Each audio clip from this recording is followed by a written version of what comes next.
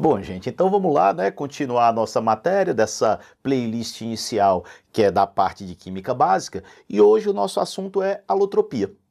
É uma matéria cheia de coisas legais, cheia de coisas cotidianas que vocês vão relembrar e vai fazer bem demais para o nosso ensino. Então hoje é um ótimo dia para você aprender Química, vem comigo que vai ser muito tranquilo, vamos nessa!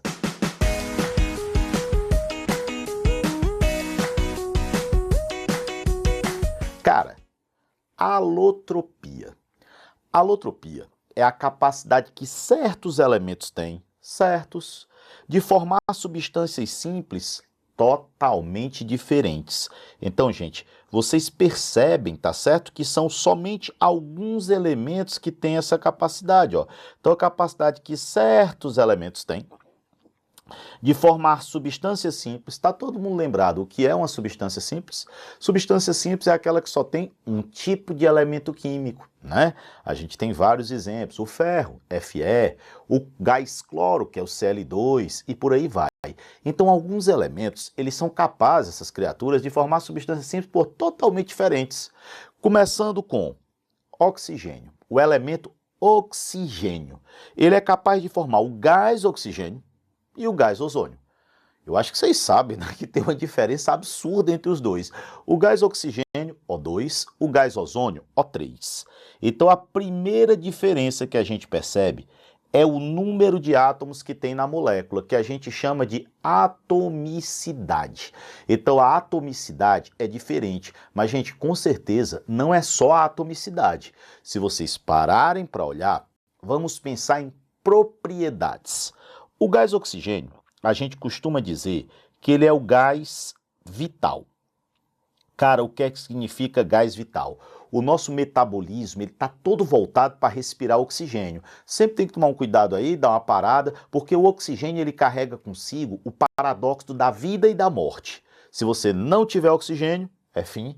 Também, se você tiver só oxigênio, o arrombamento é total também. Então, a nossa atmosfera, ela não pode ser oxigênio puro, porque como ele é um oxidante poderoso, ele acabaria levando a óbito também. Então, ele carrega consigo o paradoxo da vida e da morte. Sem, morre. Só, morre. Então, o ideal é que nós tenhamos na atmosfera algo em torno de 20% de oxigênio, que é a nossa atmosfera, né? A gente sabe que é mais ou menos 78% de nitrogênio, 21% de oxigênio e 1% do resto da galera toda. Então, oxigênio em torno de 21%, que é o ideal para que a nossa respiração seja bacana. Então, ele é o gás vital, mas não esquecer, só oxigênio papoca o indivíduo, tá? Então, não pode ficar respirando oxigênio puro. Além disso, ele é um oxidante. Eu acho até que dá para perceber, gente, que o termo oxidação vem de oxigênio. Na verdade, ele é um oxidante, ele causa oxidação, ele arranca elétrons, ele vai lá molestar os outros indivíduos e arrancar elétrons deles. Então ele quer dizer, o oxigênio é um oxidante. Então daí o nome oxidação, que antigamente era reação com oxigênio. Povo, outra coisa que o oxigênio tem que ser lembrado, ele é um comburente. Comburente significa dizer que ele alimenta a combustão. Cara, a combustão, a queima, ela tem uma tríade. A gente costuma dizer que é o triângulo do fogo. E o triângulo do fogo, que eu vou colocar aqui, ó, vamos pensar assim, tá aqui o triângulo, e o triângulo do fogo ele vai funcionar da seguinte forma. Eu preciso de uma energia de ativação, eu preciso de um combustível e eu preciso de um comburente. Então isso aqui é o triângulo do fogo. Então para que eu tenha uma combustão precisa combustível, comburente e energia de ativação. Combustível é quem é queimado. Comburente é quem promove a queima. E energia de ativação que eu preciso para iniciar a brincadeira. Então, combustível, comburente e energia de ativação. Vejam que o oxigênio ele é essencial para a nossa vida aqui na Terra, né? A gente sabe demais, uma vez que a gente depende dele. Claro que tem seres que são anaeróbicos que não precisam do oxigênio, mas nós precisamos sem dúvida. Quando você vai para o ozônio não tem nada a ver. Não tem como, por exemplo, você dar uma cheirada no ozônio e ele não vai substituir o oxigênio. Não rola. O ozônio, para começo de papo, ele é um forte oxidante. Gente, o ozônio é um oxidante tão forte que ele pode ser usado como bactericida. Talvez alguns já tenham ouvido falar que existe um filtro chamado Superzon. O ozônio vai lá e ele oxida os micro-organismos e detona, mata essas criaturas. Então, o ozônio ele pode ser usado como bactericida, ele pode substituir o cloro no tratamento de água. 3 coisas são muito usadas no tratamento de água: cloro, que é muito usado aqui no Brasil, ozônio e radiação ultravioleta. Então, não esquecer, o ozônio, ele com certeza é um bactericida importante, é um oxidante agressivo. A gente sabe, inclusive, que em baixa atmosfera o ozônio ele é tóxico. E uma coisa que a gente sempre ouve sobre o ozônio. Gente, o ozônio, ele filtra os raios ultravioleta. Filtrar não quer dizer impedir a penetração, quer dizer atenuar. Ele deixa entrar muito menos do que entraria se não tivesse essa criatura lá. Então ele está lá, funciona como filtro. Inclusive a pobre da camada de ozônio, ela foi tão molestada, né? Mexeram tanto na bichinha, ela está com os buracos, mas o lance do buraco na camada de ozônio, a gente vai falar lá na parte de química ambiental. Então sem preocupação por enquanto. Por enquanto eu preciso que vocês vejam que a partir do elemento oxigênio, eu posso formar o gás oxigênio e o gás ozônio, e que eles têm propriedades mas muito diferentes, tá? Então guardar isso aí. Segundo elemento que sofre alotropia e que vale dar uma parada para a gente perceber e para a gente lembrar, porque cai muito, é o velho e bom carbono. Vamos olhar ele?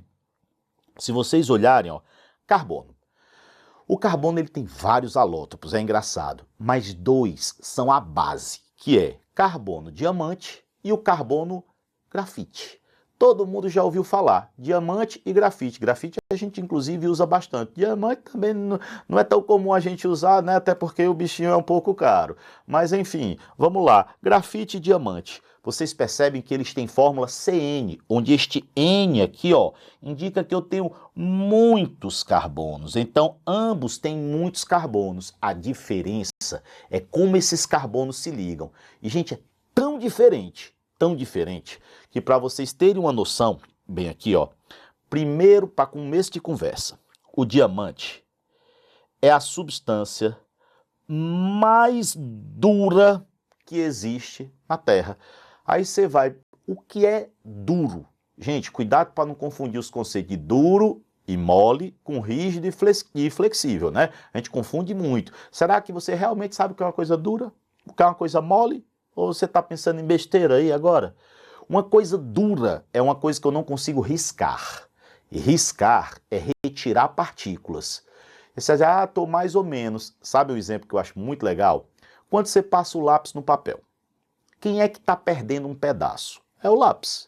Se é o lápis que está perdendo um pedaço, quer dizer que o lápis é mole, ele está sendo riscado. E o papel é duro, ele está riscando.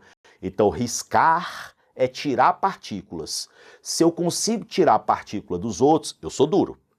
Se é de mim que tiram as partículas, eu sou mole. Gente, o diamante ele consegue riscar tudo que existe. Vocês terem uma ideia?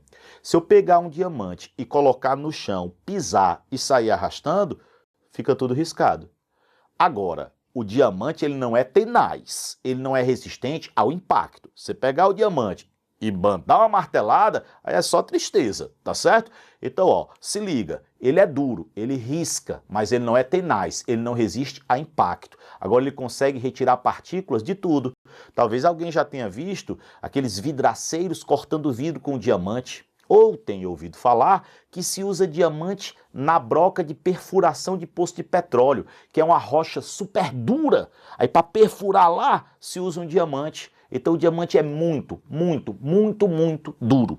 Esse diamante, gente, ele é isolante elétrico. Isolante elétrico quer dizer que ele não conduz corrente elétrica. Então, isolante elétrico. Outra coisa sobre o diamante que vale a pena a gente lembrar. O diamante, ele é utilizado como adorno, ele é utilizado em joias. E ele é utilizado em joias pela beleza, porque ele é raro, tá certo? Então acaba gerando esse encantamento. Agora, o que é que eu quero mesmo que vocês se liguem no diamante? Quem lembra ainda, o carbono ele é capaz de fazer 4 ligações. Ainda não vimos orgânica, vamos ver hibridação, vamos ver tudo isso. Mas eu vou adiantar um pouco, porque eu acho que cabe aqui nesse momento, tá? Mas sem muitas preocupações. Por enquanto, lembrar que o carbono é capaz de formar grafite, diamante, que o diamante é muito duro, lembrar o que é duro, o que é mole, que o diamante não conduz corrente elétrica. Agora, quando a gente vai para a estrutura do diamante, a gente vai ver um carbono, aí vê outro carbono, vê outro carbono, outro carbono, e aí eu vou tendo uma macromolécula, uma molécula gigante, imensa. Cada carbono vai fazendo 4 ligações, são 4 ligações simples, então eu poderia dizer que como ele faz 4 ligações simples, 4 ligações sigma, esse carbono ele apresenta hibridação do tipo sp3. Como ele está fazendo 4 ligações, o nome 4 te lembra a palavra tetra. Então esse carbono ele é tetraédrico. E vocês estão vendo que o diamante ele é uma macromolécula, ele é uma molécula gigante, é uma molécula imensa. Todos os átomos estão ligados entre si, cada carbono fazendo 4 ligações. Essa é a estrutura do diamante, que justifica as propriedades do diamante. Quando você vai para o grafite, vocês sabem que ele tem aquela coloração preta, né? O que é que eu quero que vocês saibam sobre o grafite? Bem ao contrário do diamante, começa com o papo que o grafite ele é mole. Mole quer dizer que eu consigo tirar partículas dele com facilidade. Quando a gente passa o grafite no papel, ele vai se deixando, né? Ele vai se desfazendo, ele vai sendo riscado. Gente, importantíssimo. O grafite ele é um condutor de corrente elétrica, conduz corrente. E como ele conduz corrente, ele é muito usado como eletrodo. Eletrodo é um dispositivo que eu uso para conduzir corrente. É usado lá na eletrólise, por exemplo. Você usa os eletrodos de grafite. Então ele é muito usado como eletrodo por causa dessa condutibilidade elétrica. Essa criatura, o grafite, acho que alguns aqui também já usaram, ele é usado como lubrificante. Você chega no supermercado ou nessas lojas de construção, você pede, me dê um pouco de grafite em pó.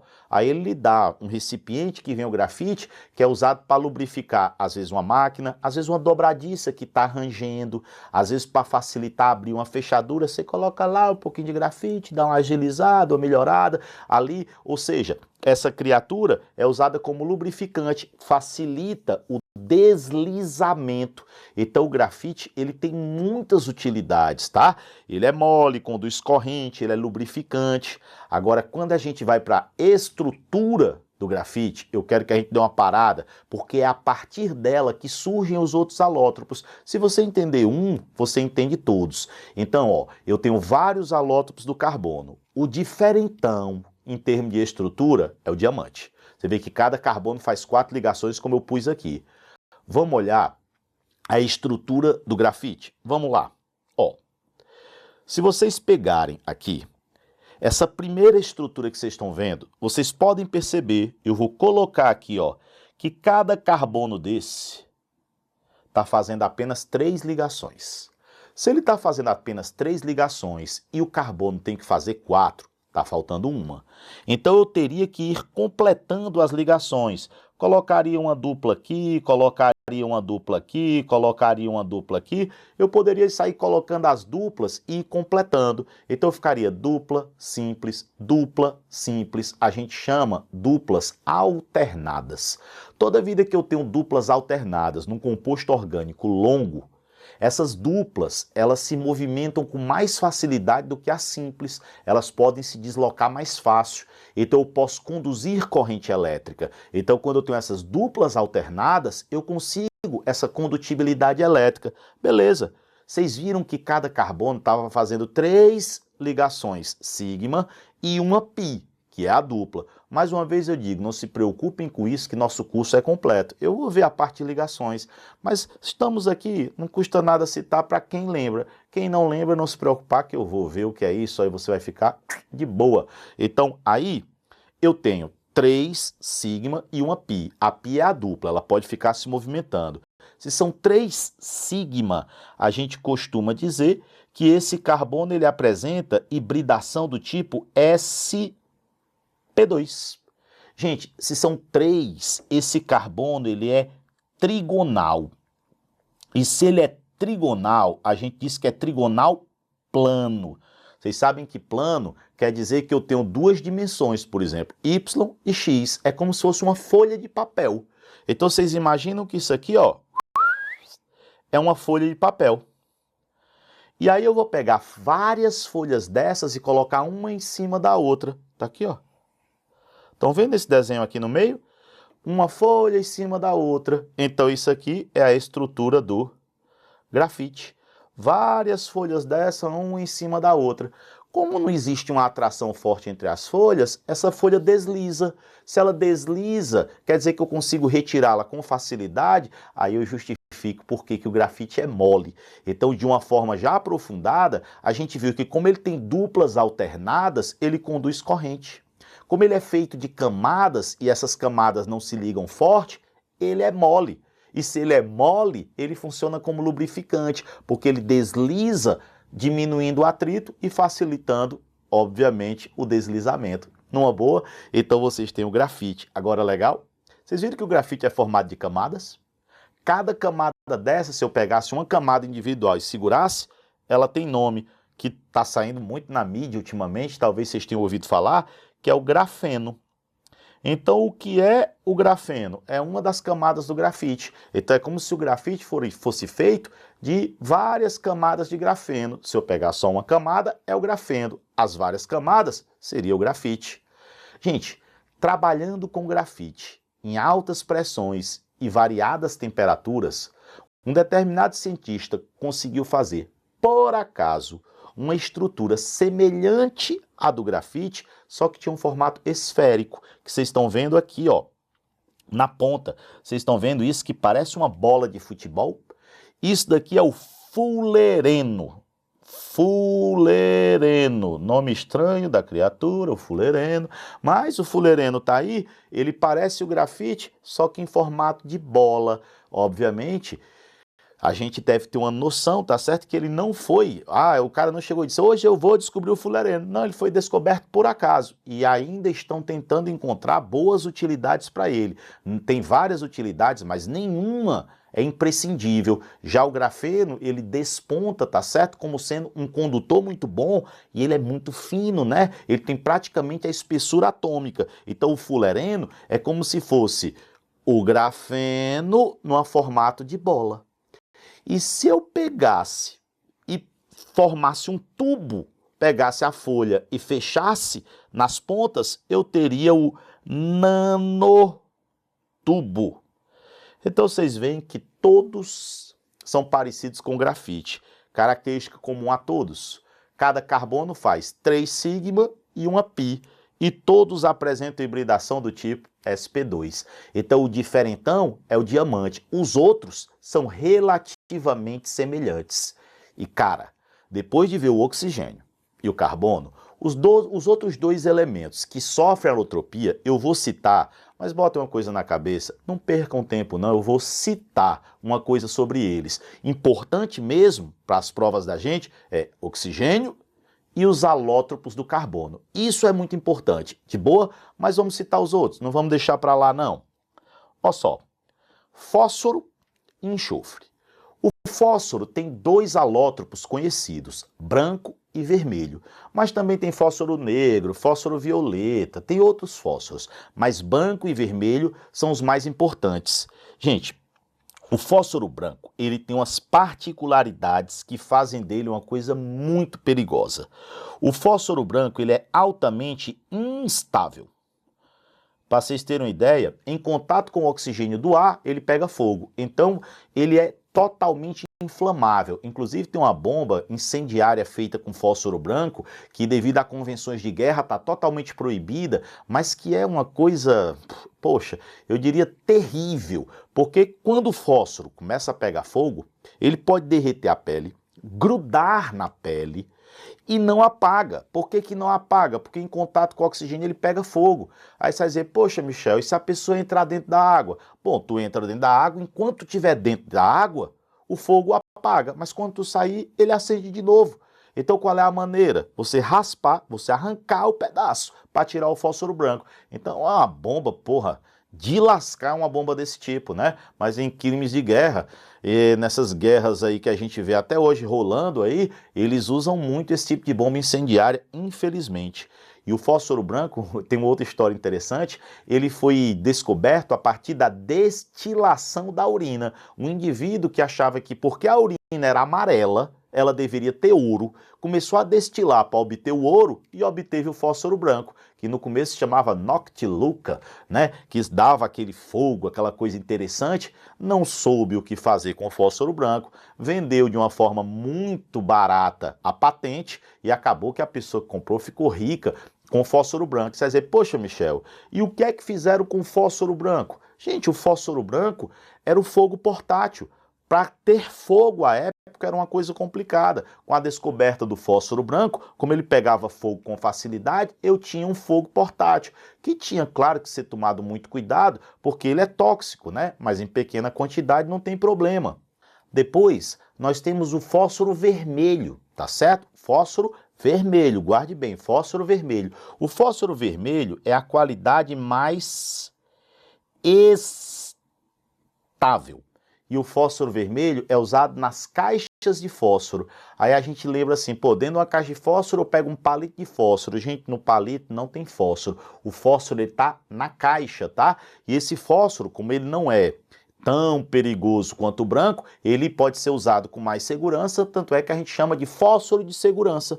Então, sério, não precisa saber muita coisa sobre o fósforo, não. Basta ter essa noção, tá? Que eu tenho o branco, o vermelho. Que o branco, ele pega fogo com facilidade, ele é instável. E que o vermelho é a qualidade mais estável. Numa boa, vamos para os outros. Enxofre. Eu só quero que vocês saibam que tem duas variedades. Rômbico e monoclínico. Sério, só isso. Não precisa ficar decorando coisas, tá? Ah, o enxofre é amarelo, se for o rômbico é marrom, se for o monoclínico. Não, sério. Precisa saber que tem o rômbico e o monoclínico e que o rômbico é a variedade mais estável. Só isso. Lembrou, uma besteira para te ajudar a lembrar, monoclínico lembra clínica, quando você está numa clínica é porque você está instável, você não está numa boa, é uma besteira, mas às vezes quando a coisa é muito besta, ela ajuda pra caramba a gente, de boa? Então essa aula de alotropia, ela tem muita coisa legal para vocês guardarem, tá? Principalmente no que tange ao oxigênio e ao carbono. Depois nas questões, vocês vão ver como tem coisa que eles cobram e como isso cai. Beijo imenso no coração de vocês e eu vejo vocês no próximo vídeo.